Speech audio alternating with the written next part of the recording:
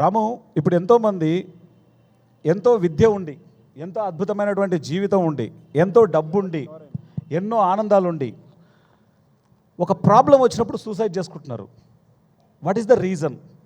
దాని నుంచి ఈ ఆత్మహత్య చేసుకోవాలి అనేటువంటి ధోరణి నుంచి బయటపడాలంటే అటువంటి ఆలోచనలు, అటువంటి భావావేశాలు కలిగినటువంటి వ్యక్తులు ఏం చేయాలి? వాళ్ళు ఎటువంటి ప్రాక్టీసెస్ చేయాలి? చాలా మంచి క్వశ్చన్. ఎందుకంటే ఇప్పుడున్నటువంటి యూత్కి చిన్న ప్రాబ్లం వస్తేనే సూసైడ్, తర్వాత సైకలాజికల్గా ప్రాబ్లమ్స్ చాలా వస్తున్నాయి. ఇప్పుడున్నటువంటి టెక్నాలజీ యుగంలో వితిన్ సెకండ్లో ఇన్ఫర్మేషన్ మన దగ్గరకు వచ్చి మన మైండ్లోకి విపరీతమైనటువంటి ఎమోషన్స్ అంతా కూడా డంప్ అయిపోయి ఎమోషనల్ ఇంబ్యాలెన్స్ అవుతుంది. ఫస్ట్ పాయింట్ ఎందుకు వస్తుంది అంటే, లోపల వచ్చే ఎమోషన్ని కంట్రోల్ చేయలేక వీఆర్ ట్రయింగ్ టు ఎస్కేప్ కావాలంటే ఏం చేయాలా? ఇంకెక్కడికి పోలేము, చచ్చిపోతే అయిపోతుంది కదా, ఈ ప్రాబ్లమ్స్ అన్నీ పోతాయి కదా అనుకుంటున్నారు.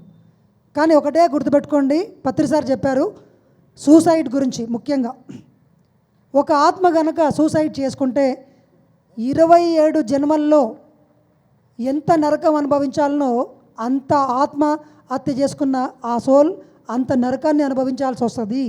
ఇప్పుడున్న చిన్న విషయాన్ని మనం తప్పించుకోవాలనుకుంటే 27 జన్మల పాటు ఆ నరకాన్ని పొందాల్సి వస్తుంది. కాబట్టి ఏం చెప్పాడంటే పత్రి గారు దీని గురించి, మీరు అడుక్కోనైనా బతకండి, అందరూ మీ మీద మొహం మీద ఉమ్మేసినైనా సరే అక్కడ ఉండిపోండి, సూసైడ్ మాత్రం చేసుకోకూడదు, చంపకూడదు, చావకూడదు అని చెప్పాడు.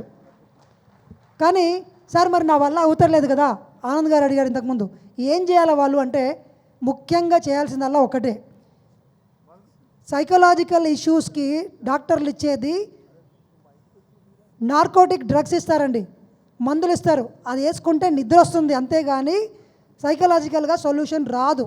మరి ఎందుకు? మరి ఏం చేయాలి అంటే, ఆ లోపలున్న నెగటివ్ సప్రెషన్స్ అంతా పోవాలంటే రోజు క్లీనింగ్ చేయాలి. That is only possible through meditation. So ధ్యానం నేర్పించాలి వాళ్ళకి.